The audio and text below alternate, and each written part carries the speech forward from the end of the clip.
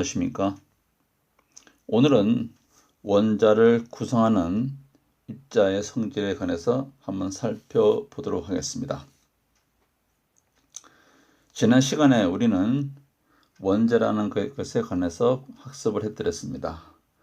톰슨 그리고 러드포드의 알파 입자 산란 실험, 가끔 가다가 문제로 출제되는 곳이니 여러분들 다시 한번 복습해 주시길 부탁드리겠고요. 자, 이번 시간에는 원자를 구성하는 입자의 성질 같이 보겠습니다. 자, 원자의 구조라고 하는 말이 나오죠. 그렇죠? 원자의 구조. 원자는 물질을 이루는 기본 구조로 그랬습니다. 원자의 중심에는 무슨 전하를 띠는 플러스 전하를 띠는 원자 핵이 있고 핵 주위에 마이너스 전하를 띤 전자가 위치한다. 또 원자 핵은 양성자와 중성자로 이루어져 있다 그랬습니다. 자, 여러분 그 아래 그림을 보겠습니다. 이 그림이 바로 이제 원자의 구성이죠. 그렇죠? 이 중앙에 원자 핵이 있습니다. 원자 핵을 중심으로 주위에 누가 전자가 이렇게 포진해 있습니다. 이 원자 핵 속에는 양성자와 중성자가 들어있다. 이런 말이 되겠죠. 그렇죠? 그래서 원자는 크게 원자 핵과 전자로 되어 있고 원자 핵에는 양성자와 중성자가 있고 주변에 뭐가 있다고? 전자가 있다. 이런 말이 되겠습니다. 그래서 우리는 양성자는 바로 플러스 입자를 띄고요. 중성자는 전하를 띄지 않습니다. 그래서 우리는 원자 핵은 무슨 전하를 띄고 있다고? 플러스 전하를 띈다. 우리가 이렇게 얘기를 할 수가 있는 것입니다. 그래서 원자 중심에 플러스 전하를 띄는 원자 핵이 있고 이 원자 핵 속에 양성자와 중성자가 있지만 중성자는 전하를 띄지 않기 때문에 우리 양성자에 의해서 우리 원자 핵은 플러스 전하를 띄고 있다. 이렇게 얘기하는 거죠.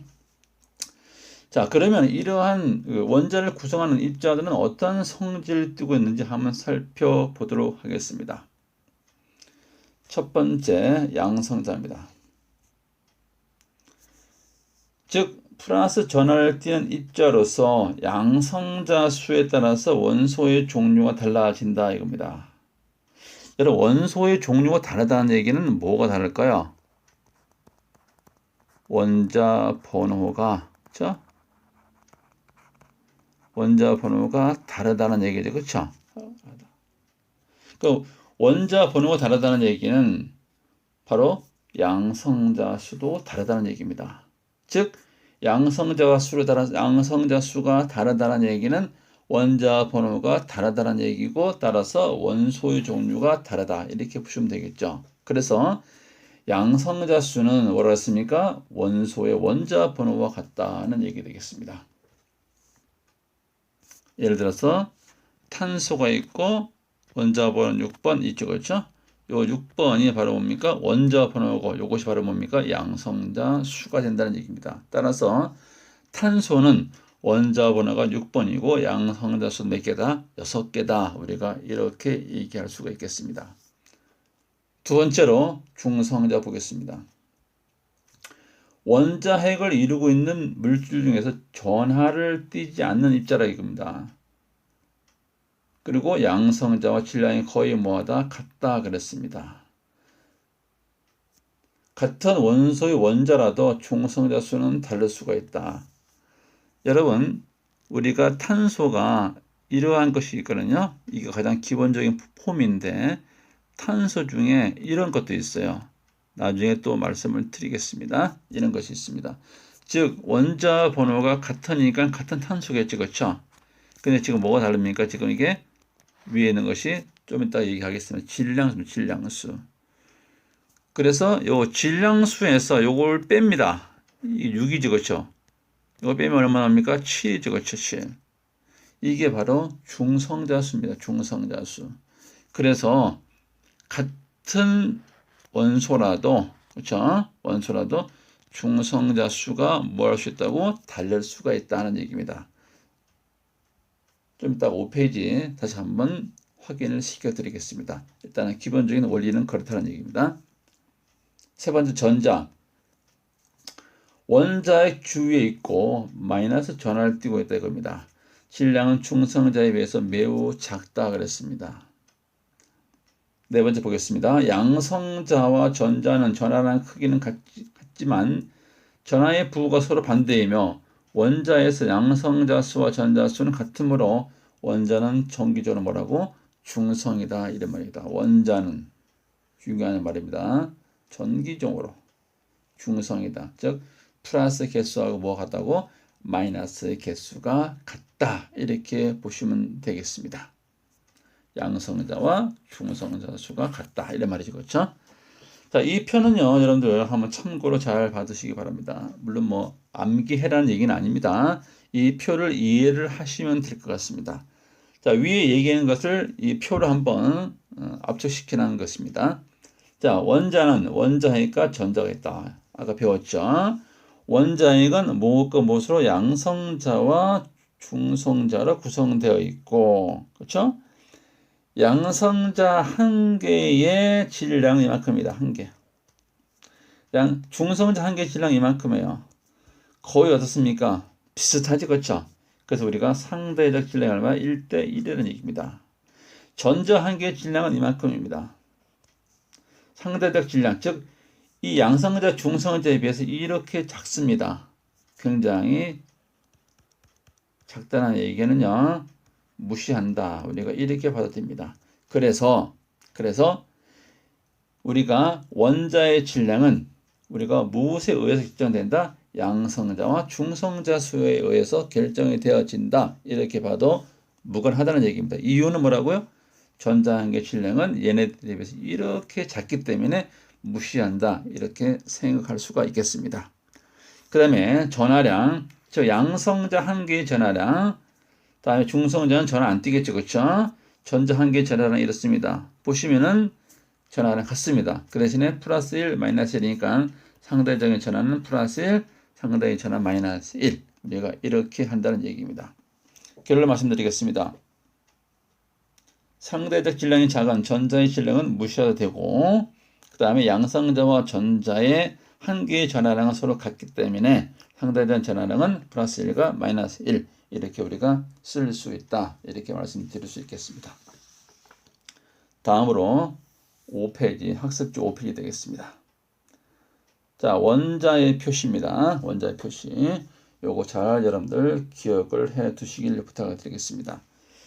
자, 원자 번호와 질량수. 원자 번호와 질량수. 자, 이런 X라는 원소 기호가 있습니다. 그 기호 왼쪽 아래 Z가 있고요. 왼쪽 위에 A가 있습니다. 이 Z는요, 바로 원자 번호입니다. 아까 얘기를 했다시피 원자 번호의 그런 뭡니까? 양성자 수라 그랬죠. 그렇죠? 여기까지는 아까 우리가 얘기한 내용들입니다. 다음으로 중성 원자일 때, 조건이 중성 원자일 때 전자수도 얘네들과 같다. 이렇게 얘기할 수 있겠습니다. 왼쪽 위엔 A는요, 바로 질량수를 나타내고, 질량수라는 것은 양성자 더하기 중성자입니다. 선생님이 아까 여기서 이 6이 7이 뭐랬습니까? 중성자 수라 그랬죠. 그렇죠? 왜 6, 7이 나왔다 그랬습니까? 여기에서 이걸 빼주었다. 이렇게 얘기했죠. 자, 그래서 우리가 보겠습니다. 질량수라는 것은 양성자 플러스 중성자 수입니다. 그럼 중성자 수는 어떻게 나오고? 중성자 수는요? 중성자 수는 질량수에서 뭘 빼준다고요? 양성자 수를 빼준다. 여기에서 이 숫자를 빼주는 것입니다. 즉 A-Z 얘가 뭡니까? 바로 중성자 수가 되겠죠. 그렇죠? 중성자수. 자, 그래서 이 관계를 여러분들이 잘 알아두실 필요가 있을 것 같습니다. 자, 예를 하나 들어볼게요. 자, 지금 x라는 원소가 있는데, x라는 원소가 있습니다. 얘가 a이고 여기가 b이고, 얘도 여기가 a이고 여기가 b이고, 여기가 a이고 여기가 b입니다. 그런데 얘는 x-이온이고요. 얘는 x 플러스 이온 이겁니다. 이랬을 때 전자수는 어떻게 되느냐?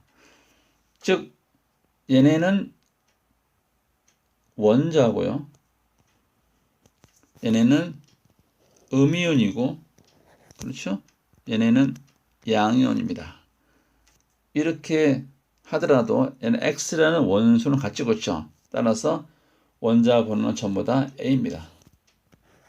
원자 번호는 전부 다 A입니다. 양성자수도 전부 다 뭡니까? A입니다. 뭐가 같기 때문에 원자 번호가 같기 때문에, 즉 같은 원소이기 때문에. 다음으로 질량수도 전부 다 B입니다. 어떤 상태라 하더라도 원자 상태나 음이온 상태나 양이온 상태라 하더라도. 왜 질량수는 변화가 없을까요? 바로 양성자수하고 중성자수는 변함이 없는 거죠. 그렇죠? 요 X라는 원소에서. 자, 근데 여기에서 우리가 알 수 있는 게 있는데요. 전자수. 한번 살펴볼게요. 전자수. 얘 전자수는 어떻게 될까요? 전자수는 당연히 A겠죠. A. 왜입니까? 중성 원자이기 때문에. 일단 우리가 원자라고 하잖아요. 원자라는 개념은요, 우리가 중성이다. 원자는 중성이다. 이렇게 여러분들 기억을 해 두시면 좋겠습니다. 두 번째로 여기에 X- 음이온일 때 전자수는 요거는 A 플러스 1개입니다. 즉 마이너스라는 얘기는요, 전자 하나가 더 많다는 얘기입니다. 그럼 얘는 뭘까요? 전자 하나가 없다는 얘기죠. 그렇죠? 즉 플러스가 하나 더 많다는 얘기입니다. 그럼 얘의 전자수는 얼마입니까? A-1이 되겠죠. 그렇죠? A-1. 이 관계를 조금 기억을 해 두시고, 그래서 중성일 때는 바로 전자수도 원자 번호하고 양성원자보다 같다. 우리가 이렇게 기억을 해 두시기를 부탁드리겠습니다. 자, 1번 볼까요? 원자 번호 이퀄은 뭐야? 양성자수. 중성일 때는 뭡니까? 전자수이다. 이런 말이 되겠죠. 그렇죠? 질량수는 뭐 더하기 뭐라고? 양성자수 더하기 뭐야? 중성자수다. 전자의 질량은 왜 안 들어갑니까? 매우 작아서 우리가 무시할 수 있다. 그런 얘기가 되겠죠. 그렇죠? 자, 두 번째로 동위 원소에 관해서 한번 살펴보겠습니다. 동위 원소. 먼저 정의를 볼게요. 양성자수가 같아. 원자 번호는 같으나 중성자수가 달라서 질량수가 다른 원소를 우리가 동위 원소이다. 이런 말을 했죠. 그렇죠? 어떤 얘기냐면요. 이런 얘기입니다. 이런 얘기. 밑에 그림 볼까요? 수소. 요 중수소. 이걸 삼중수소라고 그러는데요. 전부 다 수소라는 원소는 같이 그렇죠? 같은데 1, 조그만 1. 얘는 뭡니까? 원자 번호이기도 하고 양성자수이기도 하죠. 그렇죠? 그런데 우리가 아까 봤다시피 질량수는 양성자 더하기 중성자고, 중성자는 질량수에서 양성자수를 빼준다 그랬죠. 그럼 질량수에서 양성자수 빼면 얼마나 옵니까? 0. 2에서 1 빼면 1. 3에서 1 빼면 2. 뭐가 다릅니까? 중성자수. 얘네들이 바로 뭡니까? 중성자수죠. 그렇죠? 이렇게 원자 번호는 같으나 중성자수가 다르니까 당연히 뭐가 다르겠습니까? 질량수가 다르겠죠. 그렇죠? 이러한 원소를 우리가 무슨 원소? 우리가 동위 원소다. 우리가 이렇게 얘기를 합니다. 동위 원소. 그래서 나중에 문제를 통해서 조금 더 동위 원소 문제를 다룰 때 자세히 더 말씀을 드리겠습니다. 일단 기본적으로 정의는 양성자 수나 원자 번호가 같으나 중성자 수가 달라서 질량수가 다른 원소이다 하는 얘기입니다. 이 동위 원소입니다. 이 동위 원소는 뭐는 같다 그랬습니까? 화학적 성질은 같습니다. 그런데 뭐가 달라요?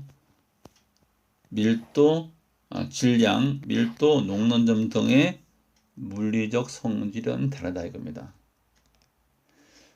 여러분 여기서 이 밀도, 질량, 녹론점은 물리적 성질이라 그러고요. 그럼 우리가 화학적 성질은 뭘까요? 화학적 성질은 예를 들어서 화학적 성질의 대표적인 예는 이런 겁니다. 산하고 반응했을 때 뭐 어떤 것이 만들어진다는 등, 그렇죠? 뭐 얘는 뭐 가연성이 있다는 등, 즉 다른 물질과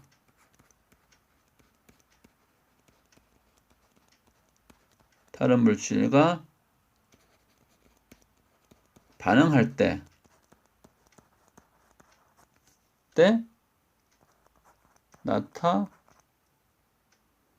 나타내는 성질, 이런 것을 우리가 화학적 성질이라고 합니다. 그래서 동위원소는 화학적 성질은 같습니다. 그런데 질량, 밀도, 녹론점 등의 물리적 성질은 다르다. 우리가 이렇게 얘기할 수가 있겠습니다.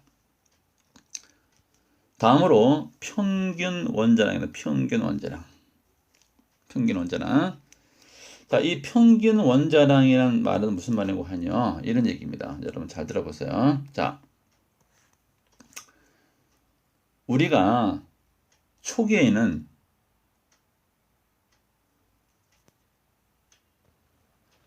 원자월 6번이고 질량의 10인 탄소만 있는 줄 알았습니다.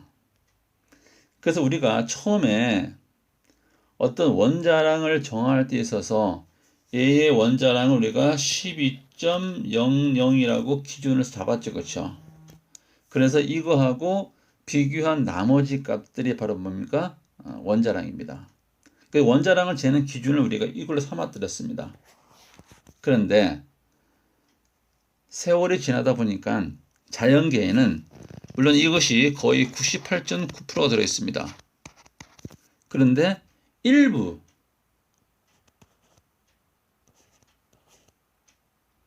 이러한 것들이 있더라. 이러한 것들이 얘가 1.1% 정도가 존재했습니다. 그래서 탄소의 원자량을 12.00이라고 임의로 정하고 비교한 상대적인 질량을 다른 원자들의 원자를 나타냈지만 실질적으로 자연계에는 이렇게 다른 물질이 존재하더라 이겁니다. 이러한 것을 우리가 동위원소라고 그래요. 지금 보시면 여러분 뭐가 같습니까? 원자번호 같죠, 그렇죠? 그러니까 뭐가 달라요? 중성자수 달라지고 그렇죠? 그래서 얘네들 우리 동위원소라고 그랬죠? 그래서 이 동위원소의 존재를 우리가 원자량에 계산할 때 우리가 포함시켜 줘야 된다는 얘기입니다. 그래서 즉 얘네들의 백분율을 고려해서 우리가 나타냈다. 그게 바로 무슨 값이다? 평균 원자량이다 이겁니다. 다시 말하겠습니다. 평균 원자량이 나오게 된 동기는 자연계에 동위 원소가 존재하기 때문에 그 동위 원소의 존재의 비율을 우리가 포함해서 우리가 원자량으로 나타낸 값이다. 우리가 이렇게 얘기할 수 있습니다. 그래서 이제 공식이 나오죠. 평균 원자량 뭐로 했습니까? 100분의 그렇죠? 존재 백분율 곱하기 원자량 더하기 존재 백분율 곱하기 원자량 이런 말입니다. 자, 우리 확인 문제 한번 풀어보겠습니다. 자연계에 원자량이 35짜리 염소가 있고 몇 퍼센트? 75%가 있습니다. 또 37인 원자량의 37의 염소가 25%가 존재해요. 그래서 얘네들의 평균 원자량을 계산해라 이겁니다. 어떤 값을 우리가 인정해주자 이겁니까? 존재 백분율 값을. 그대로 한번 공식에 대입해 보겠습니다. 100분의 자, 몇 퍼센트입니까? 75%죠. 그렇죠? 곱하기 얼마입니까? 35 더하기 존재 백분율 존재 백분율 25% 곱하기 얼마니까 37 해보시면요. 값은 35.5라는 값이 나옵니다. 이 값이 바로 평균 원자량이고 우리가 주기율표에서 우리가 확인했을 때 염소의 원자량은 35.5로 나타납니다. 이렇게 나타난 이유가 바로 무엇을 인정을 해 줬기 때문에 그렇다고요? 동위 원소의 질량 백분율을 인정을 해 주어서 그렇다. 우리가 이렇게 얘기할 수가 있겠습니다. 자, 지금까지 우리가 이제 평균 원자량에 관해서 확인을 해봤고요. 자, 오늘의 과제입니다. 학습지 6페이지에 나와 있는 이 확인 문제, 자, 그리고 저 밑에 있는 5번 문제를 여러분들 푸시고 댓글로 달아주시기를 부탁을 드리겠습니다. 다음 시간에는 7페이지 원자의 세계에 나와 있는 문제를 같이 한번 풀어보도록 하겠습니다. 여러분 오늘도 대단히 수고가 많았습니다. 감사합니다.